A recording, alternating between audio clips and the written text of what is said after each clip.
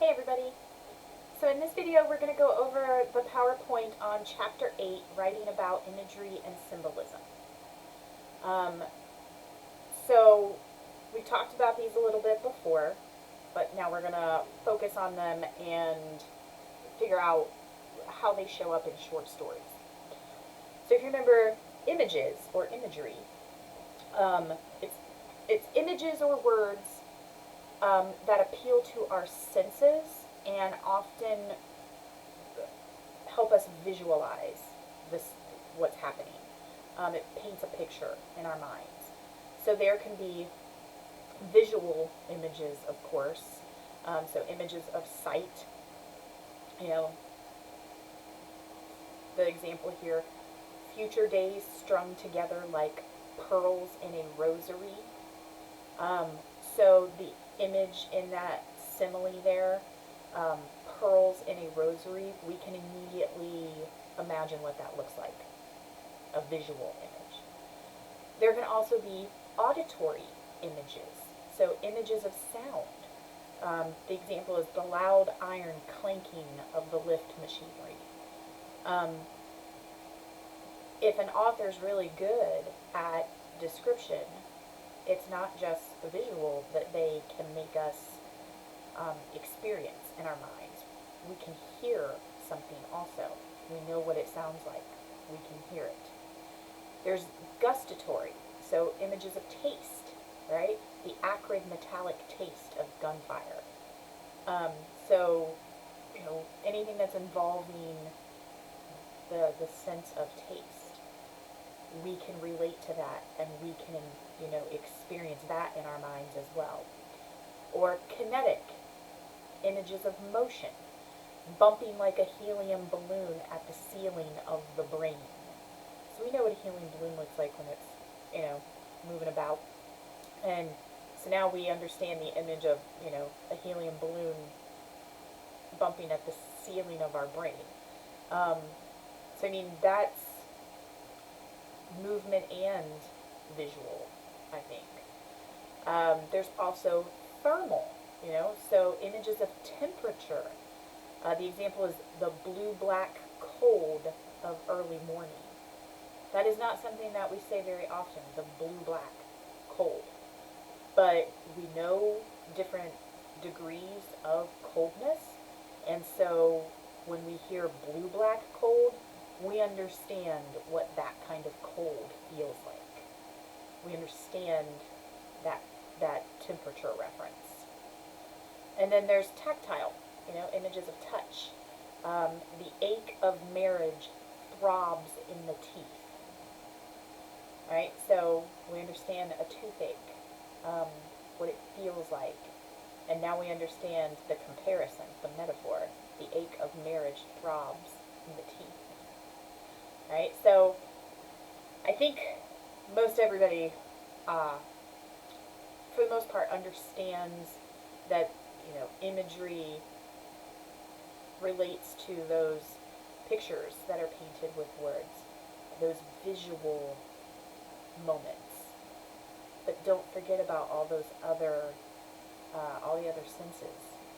There can be strong and powerful imagery used in those cases as well.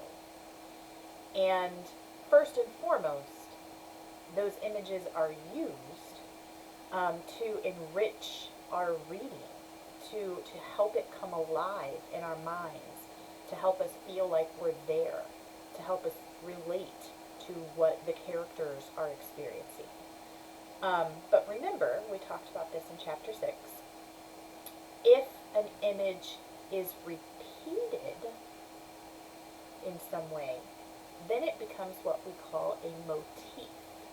And a motif is a pattern of imagery that highlights an important element of the story. It could be imagery that's repeated to help us understand a character better. It could be imagery that's repeated to help us understand the conflict better. It could be imagery that's repeated to help us understand the overall theme better. So enjoy the imagery first and foremost for what it is on the surface. To just making the story better, making it more enjoyable to read, making it more relatable. But pay attention for any kind of imagery. And again, any of the senses, not just visual imagery, but any imagery that is repeated in some way. Then you need to take a look and be like, okay, this is not just to make the story come alive. This repeated image, it means something.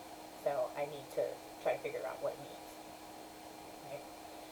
And then, if a repeated image gathers significant meaning, if it seems to stand for something more than itself, then it becomes a symbol.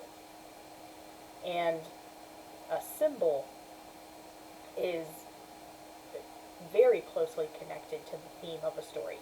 If you have a story that involves any kind of symbolism, that symbolism is in some way directly connected to the theme. So you have to pay very close attention to anything that's a symbol. Right? How do you know?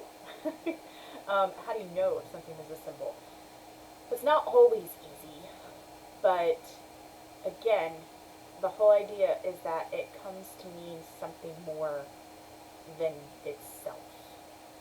Right? So on slide 6, I have a list of, it's a very short list of some very common symbols in pop culture and literature. So the color white is often symbolic of innocence and purity. Why brides wear white on their wedding day. Black is often seen as a symbol of mystery, maybe death. Like the Grim Reaper is always in black. The eagle, in our culture, the eagle is a symbol of freedom. An eagle is just an eagle. But it has, throughout many years, taken on a meaning beyond itself, right? Because there's nothing inherent about an eagle that equates it to freedom. But in the narrative of our culture, it now is a symbol of freedom. The owl is often seen as a symbol of wisdom. So if you ever remember back in, when you were a kid, or if you read to your kids, any kind of fairy tale or children's story, or even, cartoons, any story that involves a character that is an owl, 9 times out of 10, maybe even 9.9 times out of 10, that owl is going to be seen as the wise, smart character. The dove is a symbol of peace. Snake is a symbol of evil, at least in some cultures. It's not even, it stems from Christianity, but it's not even, it has moved beyond that. Even people who are not Christian will still come to see a snake as representing some sort of evil. Springtime is, symbolic of rebirth, new beginnings. Winter is often symbolic of, declining in age or death. So that's what a symbol is. We're probably pretty familiar with most of those that are on that short little list. And maybe you might come across a short story that employs one of those very common symbols. If it's a really good, well-known, acclaimed author, though, they are probably going to create their own symbols within the story. And again, to figure out if something is a symbol or not, it has to have significant meaning beyond itself, right? So there are different types of symbols that we might come across that aren't quite as cut and dry as the ones on the list on slide 6. So on slide 7, I talk a little bit about archetypal symbols. So an archetype is like a universal, right? It's something that conveys a similar meaning across time throughout history and around the world, these symbols often mean very similar things, despite how much time has passed, despite how different the cultures might be in different parts of the world. So for instance, a circle. A circle throughout time and across the globe is very often seen as a symbol of wholeness or perfection. The sea, the ocean, throughout time, across the globe, often seen as a symbol of the voyage through life. Colors. Colors are, symbolic. If you think of the color red, throughout time, in many places around the globe, the color red would be a symbol of several things, depending on context. So the color red could be symbolic of heat, fire. It could be symbolic of passion. So think about archetypal symbols. You might come across those as you're reading as well. Something that is symbolic, that has been symbolic in that way for years and years and years, and something that is symbolic in the same fashion in different parts of the world. Right? On slide 8, we get into some other very interesting types of symbols. Phallic and yonic symbols. If you are familiar with either of these, my bet would be phallic symbols. Not many people are familiar with the word yonic, but these are symbols that are commonly used in fiction, drama, poetry, television, movies, advertisements, because they are associated with human sexuality. So a phallic symbol is something that suggests male potency or male genitalia. So think of things like guns, stone pillars, sticks, swords, knives, lollipops, cigars, right? Anything that would sort of represent a penis, right? Yonic symbols are the female version of this. So it suggests fertility and the allure of female sexuality. And some common ways that this is symbolized is with the use of caves, right? So a dark, moist opening. Pots, like a cooking pot, because again, it's like a vessel. Even rooms, because you go into the room and it's like a confined space. A rose that's in full bloom, a cup or a goblet, tunnels, those are all indicative of yonic symbols. Now, remember, in order for something to be a symbol, it must be highlighted in some way. It has to have significant meaning within the story. So, sometimes a cigar is just a cigar. Just because there might be a character who is said to, enjoy smoking cigars, or who is smoking a cigar in a specific scene, that does not automatically mean that it's a phallic symbol.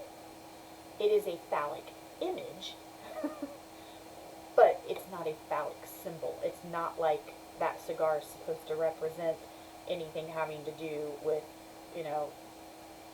male body parts or sexuality, right? So sometimes a cigar is just a cigar, sometimes a cup is just a cup. Because remember, imagery is imagery first and foremost. It's simply there to help us experience the story better. Something doesn't become a symbol unless it's repeated and gains significance in some way, right? But, especially if you go back further into literature, but even today, those phallic and yonic symbols are prevalent. They're there.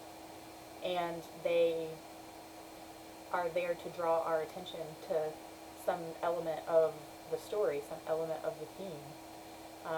And in certain cases, it's very obvious, and in other cases it's more subtle. We'll see if we come across any of those in the stories that we read. We may or may not. But maybe in song lyrics as well, perhaps. Something to think about. Alright, so, again, how will you recognize if something is a symbol? Think about the context. What part of the story it's happening that you encounter it in. Think about the title of the story. Think about anything that's repeated. Think about the placement of that image. And just keep in mind that symbols rarely have one single clear meaning. But if there is some sort of significance, if it seems important, if your attention is drawn to it, then it's probably worth considering, and it's very possible it could be a symbol. Alright, so, again, as we read the 6 short stories that I've selected, we will look at possible symbolism in each of them. But if you have any questions about symbolism in general, about imagery and motifs in general, let me know. Otherwise, you are free to move on to the next PowerPoint.